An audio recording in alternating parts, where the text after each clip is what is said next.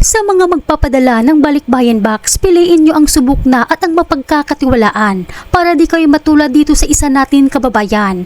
Balikbayan Box ng isang OFW, binaboy at bulok na nang dumating sa kanyang pamilya. Ibinahagi ito ng isang OFW sa publiko para ma-aware ang lahat ng mga OFW sa nagbabalak na magpapakargo. Dahil hindi biro ang hirap at sakripisyo para makapagpadala ng Balikbayan Box. Ilang buwan mong pinag-iipunan, minsan pa umabot ng taon, tapos ganito lang ang mangyari pagdating sa Pilipinas. Pasak-pasak.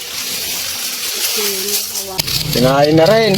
Sa post kasi nitong atin kabayan, halos isang taon din bago dumating ang Balikbayan Box sa kanyang pamilya. May 18, 2024 daw niya ito ipinakargo sa Speedline Cargo sa Kuwait at dumating noong April 2025. Pero nang buksan ng kanyang pamilya, bulok na ang ibang laman at ang masaklap pa, wala na ang mga chocolate at biskit, kinain lahat ng magnanakaw. Kaya't napatanong ito sa publiko kung sino ba daw dapat ang managot sa nangyari sa kanyang Balikbayan Box. Tinawagan umano niya ang kanyang pinagpadalhan pero di daw siya sinagot, ni reply daw ay wala.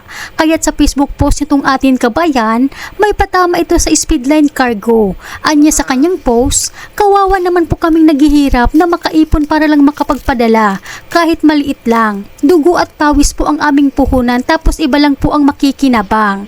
Grabe kayo, puro na lang balat ng tsokolit at biskit ang laman ng box at ang kakapal ng mga mukha nyo. Hinatid nyo pa talaga sa bahay pero salamat. Dahil sa paghatid nyo, binigyan nyo ako ng ebidensya para maipakita sa social media ang kalokohang ginawa nyo sa box ko.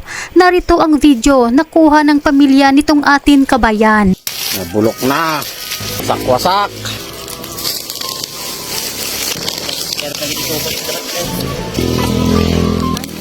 Ganda maatag video ama. Ay, may gitan mo. Kita mo yung parte na Oo. Butas-butas. Tinikman. Naging basura nga. Oh, yupi-yupi. Bitak-bitak. Katamakan mo na, ginggap to yun, paano na? Oh, wasak-wasak.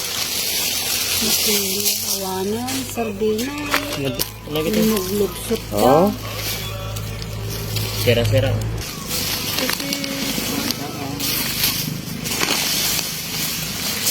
oh. Wala na.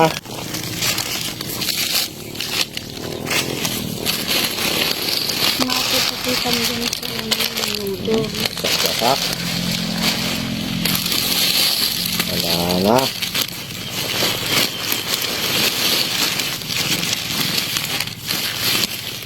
May isa. Mayroong dalawa. Kulpi-kulpi rin. May bago nga kita nga.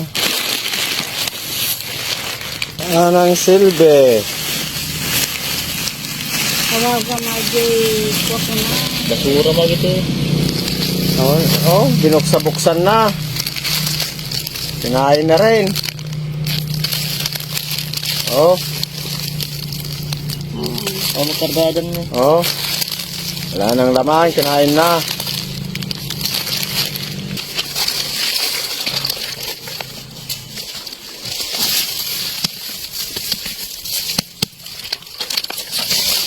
Kaya paalala po mga kababayan, piliin nyo po ang subok na ang serbisyo at mapagkakatiwalaan para di kayo matulad dito sa sinapit ng atin kabayan. Hanggang dito na lamang po, mag-ingat po kayo palagi kung saan man kayo ngayon.